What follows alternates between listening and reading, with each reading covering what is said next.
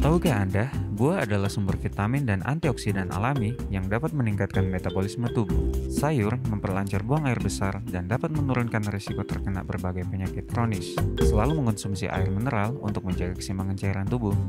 Berolahraga dengan teratur dapat membantu kita mengendalikan berat badan. Selalu beristirahat yang cukup agar tubuh tetap sehat dan bugar.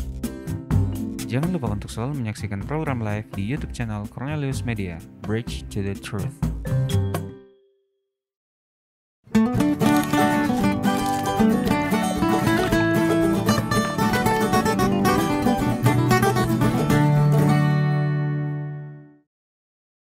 Selamat malam dan selamat berjumpa kembali di program live Live in Fullness to Eternity. Dan senang sekali saya Pendeta Felix Gosal dapat menemani Anda dalam program yang mendiskusikan informasi seputar kesehatan dan pola hidup bagi Anda dan keluarga Anda.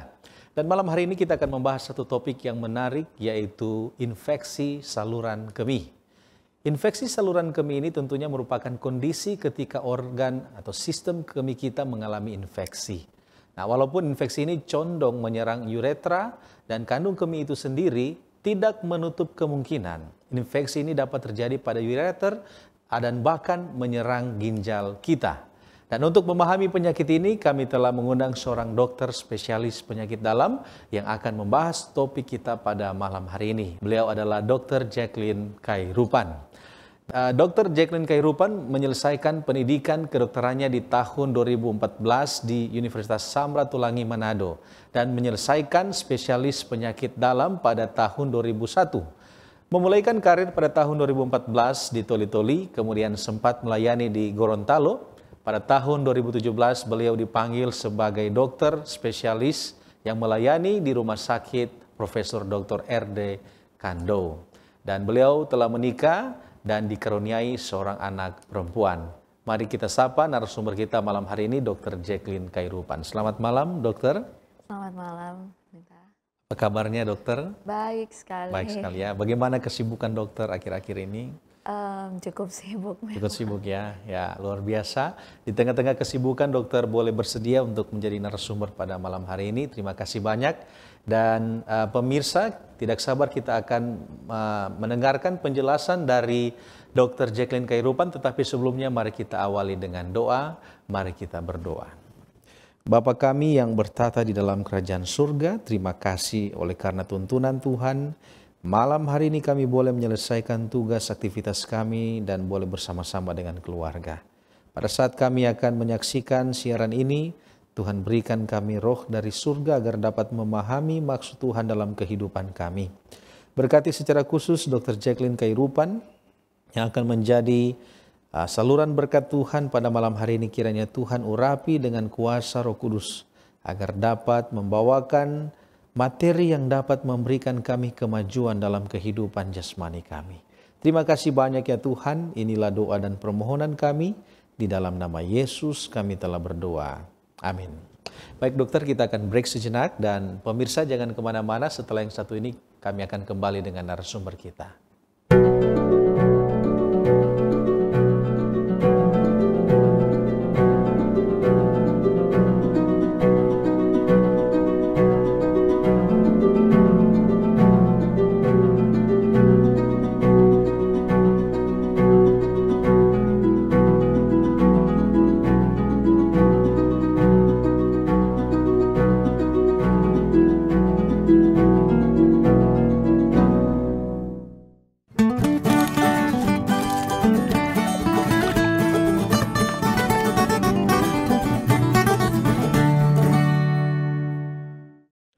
Ya, kembali lagi dengan kami di live Live in Fullness to Eternity. Dan saat ini mari kita langsung saja ke narasumber kita, Dr. Jacqueline Khairupan.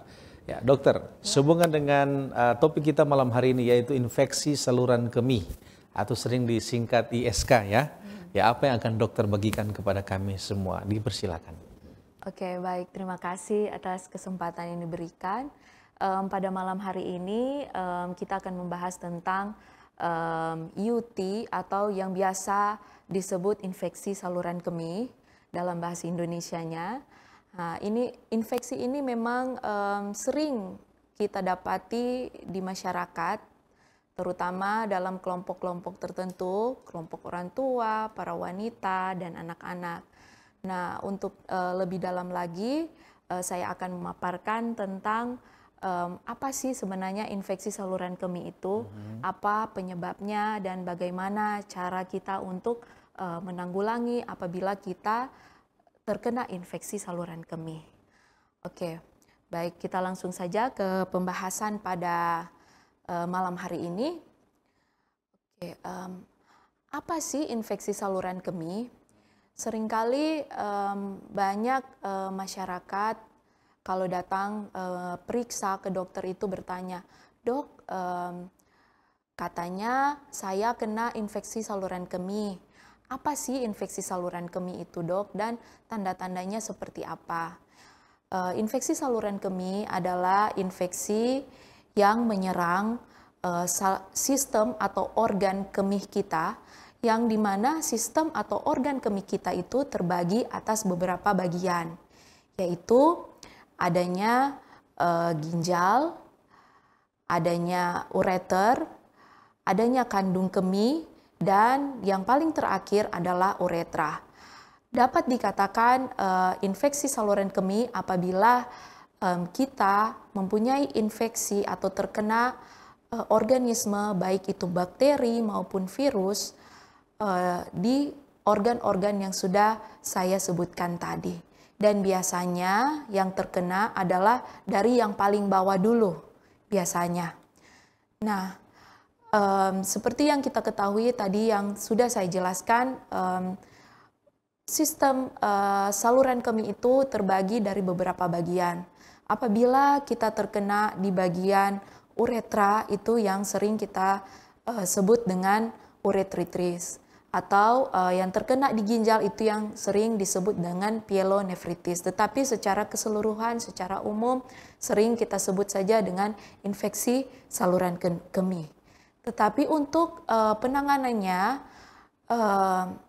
sangat berbeda apabila kita melihat di mana atau di organ mana yang terdampak. Oke, seperti yang sudah saya jelaskan tadi, ini bagian dari saluran kemih, ada ginjal, ada ureter, ada kandung kemih, ada uretra.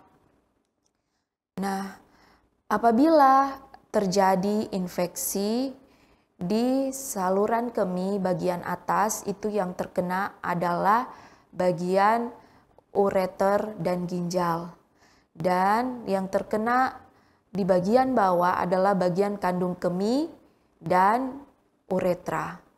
Nah, itu adalah dua bagian besar yang harus kita bedakan dalam menentukan nanti penanganan kepada pasien nanti.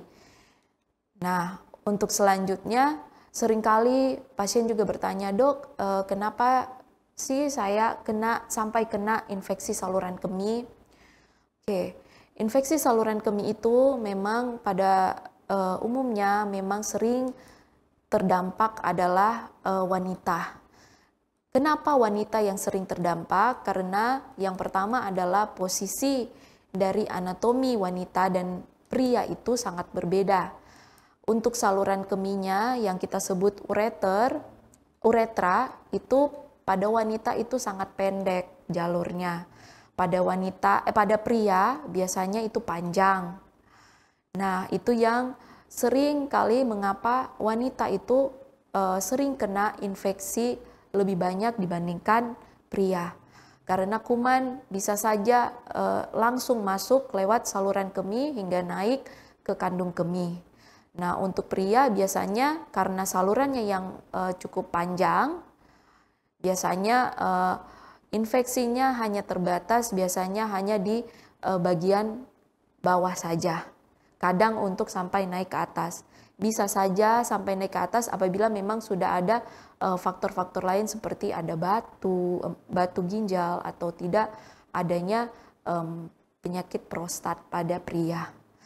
Nah, alasan yang kedua mengapa juga wanita sering terkena infeksi saluran kemih adalah karena jarak antara saluran kemih dan anus atau dubur pada wanita itu juga lebih pendek dibandingkan pada pria.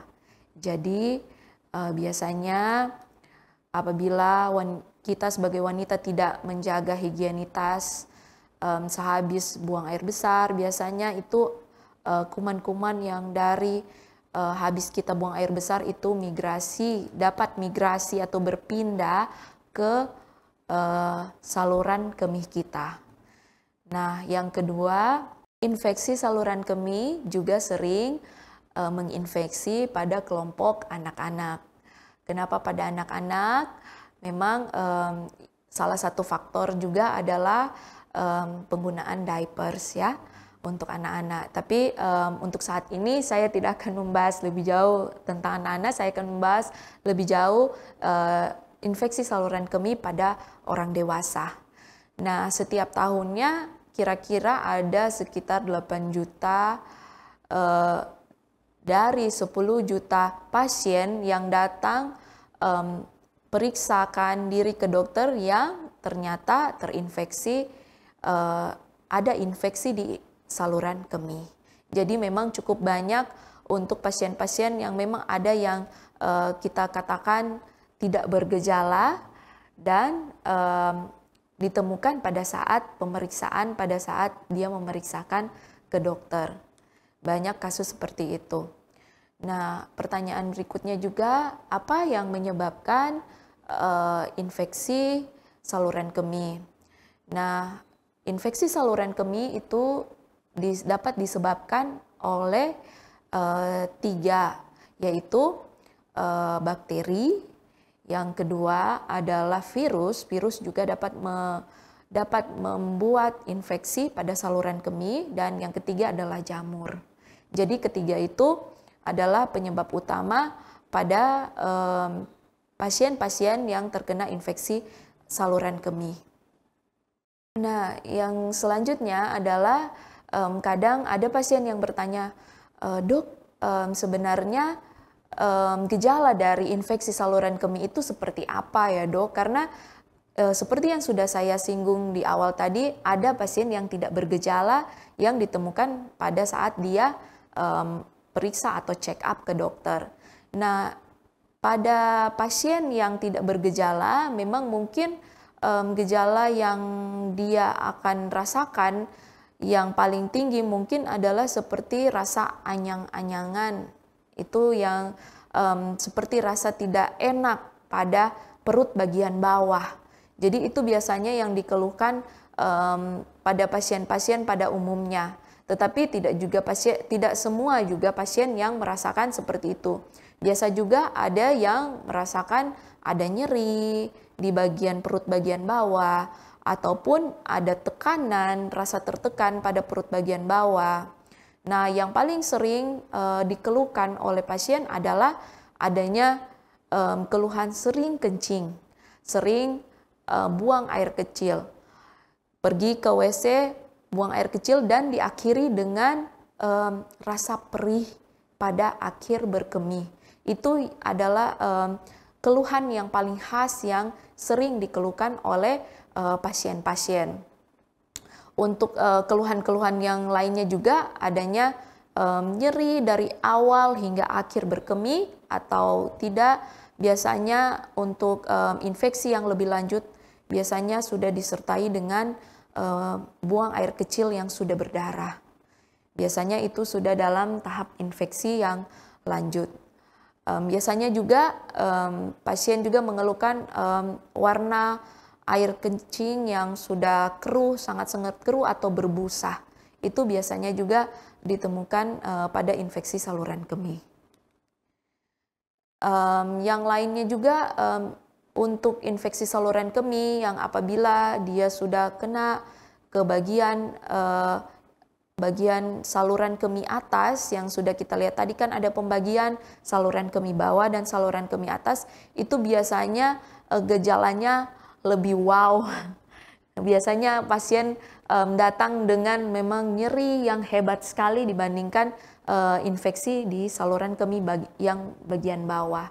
Dan juga pada laki-laki biasanya ada nyeri hebat pada alat kelamin, Selanjutnya ada nyeri di pinggang, dan pada keadaan lanjut untuk infeksi yang sistemik biasanya sudah mengenai kedua ginjal, itu biasanya disertai demam yang tinggi, menggigil, muntah, sakit kepala, hingga bisa koma karena infeksi yang berat.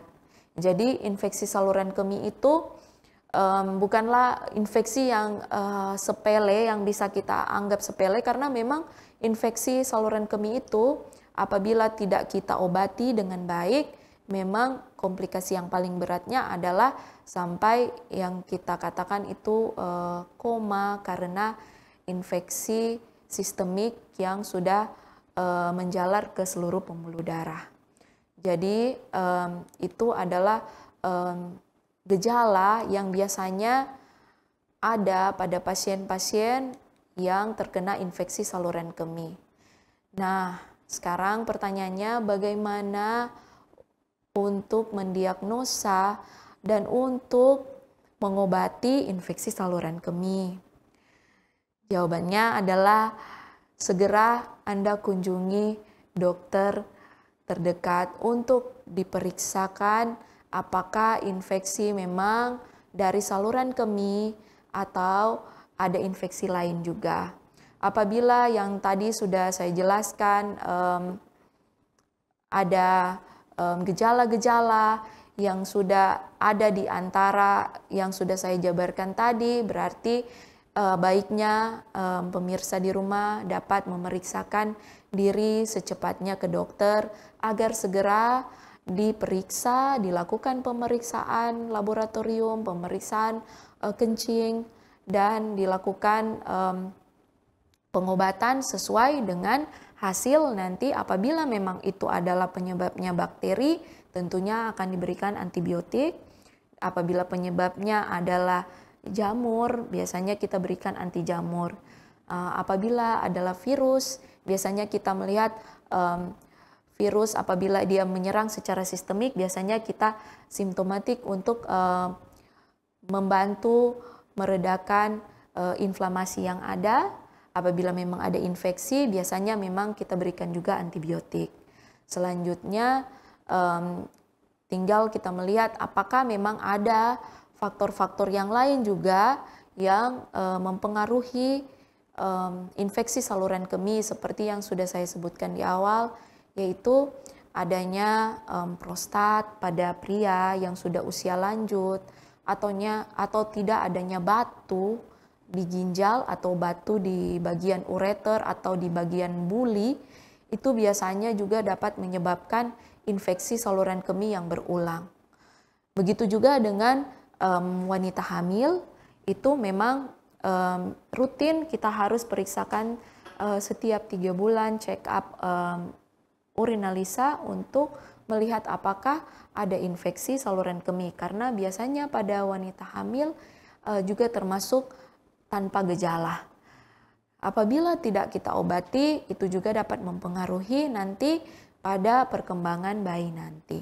Jadi infeksi saluran kemih apabila sudah ada gejala yang kita rasakan seperti yang sudah saya jabarkan tadi, mohon untuk segera periksakan diri Anda ke dokter terdekat.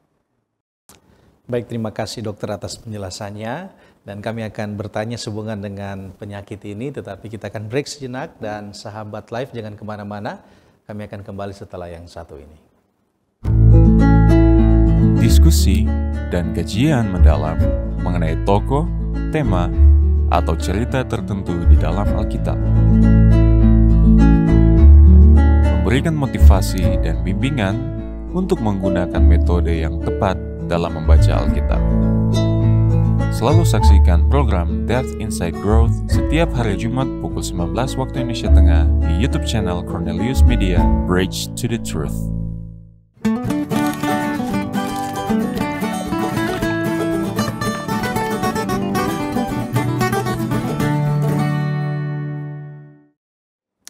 Terima kasih Anda masih setia bersama dengan kami di Live Live in Fullness to Eternity. Dan saat ini kita akan bertanya-tanya dengan narasumber kita sehubungan dengan topik kita pada malam hari ini. Baik, terima kasih dokter tadi penjelasannya yang luar biasa, memberikan pengertian kepada kami tentang bahayanya penyakit infeksi ini ya. Nah dokter, apakah penggunaan pakaian dalam ya atau celana dalam yang ketat ini dapat mengakibatkan terkena penyakit ini? Ya? Oke, baik. Biasanya penggunaan celana dalam ketat itu biasanya pada wanita ya. Pria juga mungkin ada, tetapi kebanyakan kalau dilihat memang pada wanita. Memang tidak dianjurkan untuk penggunaan celana dalam yang ketat. Karena pada saat kita menggunakan celana dalam yang ketat, biasanya itu sirkulasi udara di saluran kemih kita, di bagian genital kita itu kurang. Jadi itu dapat menyebabkan pertumbuhan kuman menjadi semakin subur pada saat apabila sirkulasi di dalam kurang, menyebabkan lembab pada bagian genital kita atau sekitar saluran kemih kita. Jadi tidak dianjurkan baik wanita maupun pria jangan pakai celana dalam yang terlalu ketat karena dapat merubah suhu kelembapan dalam sekitar daerah di dekat saluran kemih kita. Baiknya kita pakai celana dalam yang pas, tidak juga longgar ya, pendeta jangan sampai melorot mungkin ya Pak.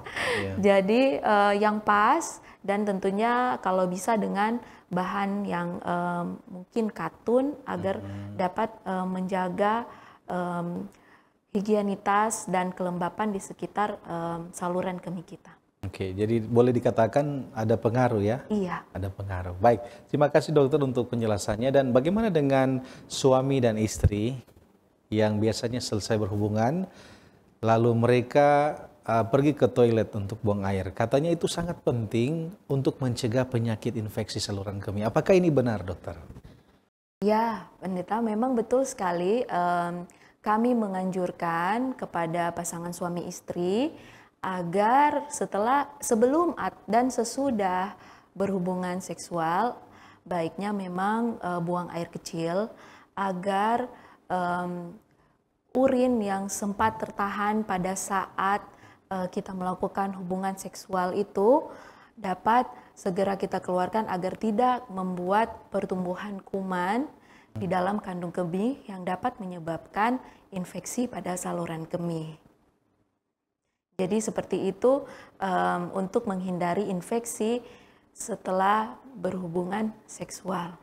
Oke, baik dokter. Jadi memang disarankan ya, sesudah berhubungan seksual suami istri ada baiknya mereka untuk buang air kecil gitu ya. Oke. Baik, pertanyaan selanjutnya kami ingin tanyakan adalah mengenai masalah yang sering terjadi di masyarakat, di mana mereka merasakan kandungan atau kantong kemih mereka yang penuh, tetapi pada saat mereka ke toilet itu susah dikeluarkan. Apakah ini salah satu tanda mereka terkena penyakit infeksi saluran kemih ini? Oke, baik. Memang salah satu tanda yang paling khas pada saat kita terkena infeksi saluran kemih adalah memang sangat ingin buang air kecil tetapi sulit untuk mengeluarkan. Biasanya karena faktor perih. Jadi kadang kita sulit untuk melepaskan pada saat kita buang air kecil. Nah, ada keadaan di mana memang kita sama sekali tidak bisa mengeluarkan atau tidak bisa berkemih. Itu memang ada triknya supaya kita dapat merangsang untuk membantu agar otot-otot kita dapat lemas untuk dikeluarkan atau untuk berkemih. Nah, biasanya untuk pertolongan pertama adalah jangan paksakan ya. Jangan paksakan. Apabila memang sangat perih, jangan paksakan. Tetapi memang rasa tidak nyaman, suka ingin sekali keluar untuk berkemih. Nah, bantulah bagian bawah perut kita dengan cara mengkompres dengan air hangat atau pijat dengan halus. Biasanya apabila kita rileks, otot-otot kita rileks, biasanya kita juga akan dapat berkemih.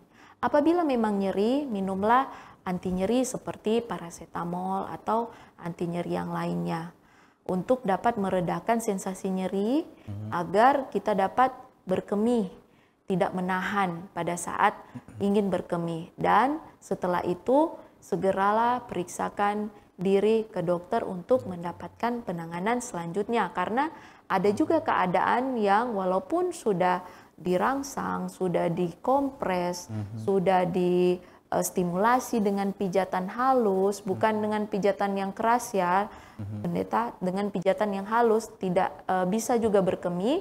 Sebaiknya itu langsung ke rumah sakit, karena itu kita sebut dengan darurat berkemih, karena tidak bisa berkemih. Biasanya itu harus segera untuk dipasangkan alat bantu berkemih, yaitu kateter, agar cairan urin dapat keluar, tidak kembali lagi naik ke atas. Karena lain hal juga kalau misalnya kita terlalu lama membiarkan dia cairan tertumpuk, akhirnya akan naik lagi kembali ke ginjal yang dapat membuat infeksi lebih berat lagi. Jadi seperti itu. Baik, terima kasih dokter atas penjelasannya. Sekarang masalah di laki-laki, dokter. Apakah infeksi saluran kemih pada laki-laki dapat mengakibatkan kanker prostat? Oke, baik pendeta. Biasanya memang ini sering juga ditanyakan oleh para pria memang, apalagi yang sudah lanjut usia. Nah, apakah memang infeksi saluran kemih ini ada kaitan dengan kanker prostat ya tadi pendeta ya? Kalau kaitannya dengan kanker prostat, setahu saya berdasarkan dari penelitian-penelitian sebelumnya, memang belum ada mungkin yang bilang kalau misalnya infeksi saluran kemih ini salah satu penyebab yang membuat kanker prostat. Biasanya apabila pria terkena prostat, biasanya itu sering terjadi infeksi saluran kemih. Mungkin apabila infeksi saluran kemih ini berulang akibat dari kelenjar prostat yang tidak diintervensi itu maksudnya kan pada saat kelenjar prostat membesar, otomatis dia mencengkram uretra, tidak bisa buang air kecil. Jadi memang ada sumbatan karena kelenjar prostat membesar. Nah, itu harus ada tindakan untuk mengecilkan kembali kelenjar prostat agar tidak menghalangi uretra agar tidak menghalangi urin atau air kencing untuk keluar lewat uretra. Jadi baiknya memang kalau sudah ada prostat, baiknya untuk segera lakukan tindakan. Apabila memang itu sudah sangat besar, segera konsultasikan dengan bagian bedah urologi atau bisa juga dengan obat-obatan. Nah, apabila dibiarkan prostat ini tetap membesar, otomatis jalan untuk keluar air kencing kan sulit. Itu menyebabkan adanya tahanan-tahanan yang dapat menyebabkan infeksi. Kuman-kuman bisa tumbuh. Jadi biasanya pasien prostat yang dibiarkan tidak ada penanganan, apakah itu minum obat ataupun lewat intervensi, biasanya itu sering terkena infeksi saluran kemih. Nah, apabila dia sudah berulang-berulang terkena infeksi saluran kemih, ada proses yang kita sebut inflamasi yang kronik, yang berulang-ulang, yang kita paparkan kepada sel-sel yang berada di sekitar.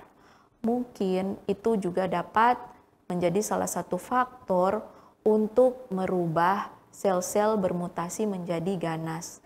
Tetapi itu biasanya pada pasien yang sudah berulang-ulang terkena infeksi saluran kemih atau tidak diintervensi keadaan kelainan prostatnya. Tetapi apabila kelainan prostat sudah diintervensi, biasanya pasien akan berkemih seperti biasa, dan hubungannya dengan kanker prostat biasanya sangat sulit untuk dihubungkan dengan kanker prostat ya. untuk saat ini, karena dari beberapa penelitian yang sudah saya singgung tadi memang kemungkinan-kemungkinan yang ada ya mungkin yang seperti yang sudah saya contohkan tadi, apabila ada infeksi yang berulang-ulang. Tapi itu juga masih belum jelas apakah memang penyebabnya utama adalah infeksi berulang-ulang sehingga menyebabkan kanker prostat. Jadi harus ditinjau lebih lanjut lagi mungkin dengan pemeriksaan-pemeriksaan seperti CT scan ataupun pemeriksaan biopsi dan lainnya. Baik, terima kasih dokter atas penjelasannya. Dan apakah dokter ada tips-tips kepada kita semua bagaimana cara menjaga kesehatan kandung kemih kita? Oke, baik. Untuk tips menjaga kesehatan kandung kemih kita, memang baik. Yang pertama adalah memang kita harus menjaga higienitas. Itu adalah yang paling utama. Dan yang kedua adalah minum yang cukup. Minum yang cukup bukan berarti kita harus minum banyak. Banyak pasien yang bilang minum pokoknya sebanyak-banyaknya, sehingga pasien banyak yang sering kencing-kencing juga karena itu. Jadi yang cukup itu adalah yang dianjurkan untuk kesehatan kita, untuk kebutuhan tubuh kita, yaitu 1,5 liter sampai 3 liter per hari ya. Itu adalah minuman yang cukup. Yang ketiga adalah untuk biasanya ini dilakukan pada wanita-wanita ya, ini senam Kegel. Tetapi pria juga tidak menutup kemungkinan dapat melakukan senam Kegel. Untuk cara senam Kegel itu bisa kita lihat, kita akses di internet. Nanti di search aja senam Kegel, pasti akan keluar semua cara untuk bagaimana senam Kegel. Biasanya itu adalah salah satu senam yang dapat mencegah kita untuk terkena infeksi saluran kemih, karena senam Kegel membantu otot-otot kita, menstimulasi otot-otot panggul kita, otot berkemih kita untuk dapat berjalan dengan baik, sehingga dapat membantu kita untuk tidak terkena infeksi saluran kemih kita. Baik, terima kasih dokter atas penjelasannya. Dan apakah ada makanan-makanan tertentu yang dilarang bagi pasien yang terkena infeksi saluran kemih ini, dokter? Oke, baik. Untuk makanan, pantangan ya, pantangan makanan untuk pasien yang terinfeksi saluran kemih, biasanya itu hindari makanan yang asam. Makanan yang asam karena dimana kalau misalnya pH dari saluran kemih kita semakin asam, tentunya akan membantu kuman untuk bertumbuh semakin subur. Jadi memang dianjurkan untuk menghindari makanan yang asam, dan juga makanan-makanan yang berwarna, yang memakai pewarna-pewarna, makanan cepat saji yang ada pewarna-pewarna, biasanya itu dihindari karena juga dapat mengiritasi saluran kemih kita. Dan untuk pantangan yang lainnya, misalnya kalau misalnya ada infeksi saluran kemih karena batu, itu juga harus kita perhatikan kemungkinan untuk mengkonsumsi. Biasanya batu itu terjadi akibat asam urat dan batu karena kalsium. Itu penyebab yang tersering. Ada juga yang penyebab yang lainnya. Cuman biasanya yang dua ini yang paling tersering. Jadi kalau misalnya kena infeksi saluran kemih akibat adanya batu di ginjal ataupun di ureter atau di buli, itu biasanya kami sarankan untuk mengurangi konsumsi kalsium yang tinggi dan konsumsi asam urat atau purin yang tinggi. Baik, terima kasih dokter. Mungkin ini yang terakhir, apakah ibu hamil atau ibu melahirkan mereka rentan dengan infeksi saluran kemih ini? Ya, seperti yang sudah saya jelaskan tadi, ibu hamil merupakan kelompok yang sangat rentan terkena infeksi saluran kemih. Dan biasanya yang paling membahayakan juga adalah ibu hamil ini kadang mereka itu tidak ada gejala, pendeta. Jadi memang itu adalah fakta memang ibu hamil sering terkena infeksi saluran kemih. Maka dari itu harus sering diperiksakan setiap 3 bulan urinalisanya apakah memang ada infeksi atau tidak. Karena itu kalau tidak kita obati nanti akan berpengaruh pada bayi dan bisa juga menyebabkan gawat janin nanti apabila ada infeksi dari saluran. Jadi sangat penting ya untuk memeriksakan diri kita sedini mungkin. Baik, terima kasih luar biasa, sangat menarik pembahasan kita pada malam hari ini. Namun sayang kita dibatasi oleh waktu dan saat ini dokter di ujung pembahasan kita, apakah dokter ingin menyampaikan closing statement, kesimpulan dari apa yang sudah disampaikan untuk menjadi manfaat bagi pemirsa di rumah? Dipersilakan. Oke, baik. Terima kasih. Dari pembahasan pada malam hari ini tentang infeksi saluran kemih, memang ada baiknya apabila kita sudah merasakan gejala-gejala yang sudah dijelaskan seperti tadi, segera periksakan diri Anda ke dokter. Jangan takut untuk periksa ke dokter, karena lebih cepat kita mengobati, lebih baik juga nanti hasilnya. Baik, terima kasih dokter. Dan bolehkah dokter memimpin kita di dalam doa tutup? Mari kita dalam doa. Ya Tuhan yang bertata di sorga, sekarang kami datang kembali ke hadirat-Mu mengucap syukur atas segala berkat dan pimpinan-Mu hingga pada saat ini Tuhan. Kami telah mendengarkan paparan tentang infeksi saluran kemih. Kiranya ini dapat menjadi suatu pelajaran bagi umat-umat-Mu yang mendengarkan di rumah.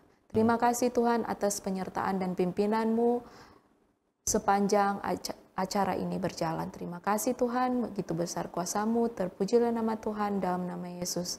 Amin. Amin. Baik, puji Tuhan ya untuk pembahasan kita pada malam hari ini, dan kami mengucapkan terima kasih sekali lagi kepada Dr. Jacqueline Khairupan yang telah membagikan berkat rohani bagi kita semua. Dan kiranya Tuhan memberkati dokter bersama dengan keluarga dalam pelayanan. Kami juga mengucapkan terima kasih banyak kepada pemirsa yang setia sampai saat ini boleh menyaksikan siaran ini. Dan kami mengundang terus Anda untuk menyaksikan siaran Cornelius Media dan tentunya live kita pada program yang akan datang atau minggu yang akan datang. Dan kami pamit diri, terima kasih atas kebersamaan kita pada malam hari ini. Tuhan memberkati kita semua dan salam sehat.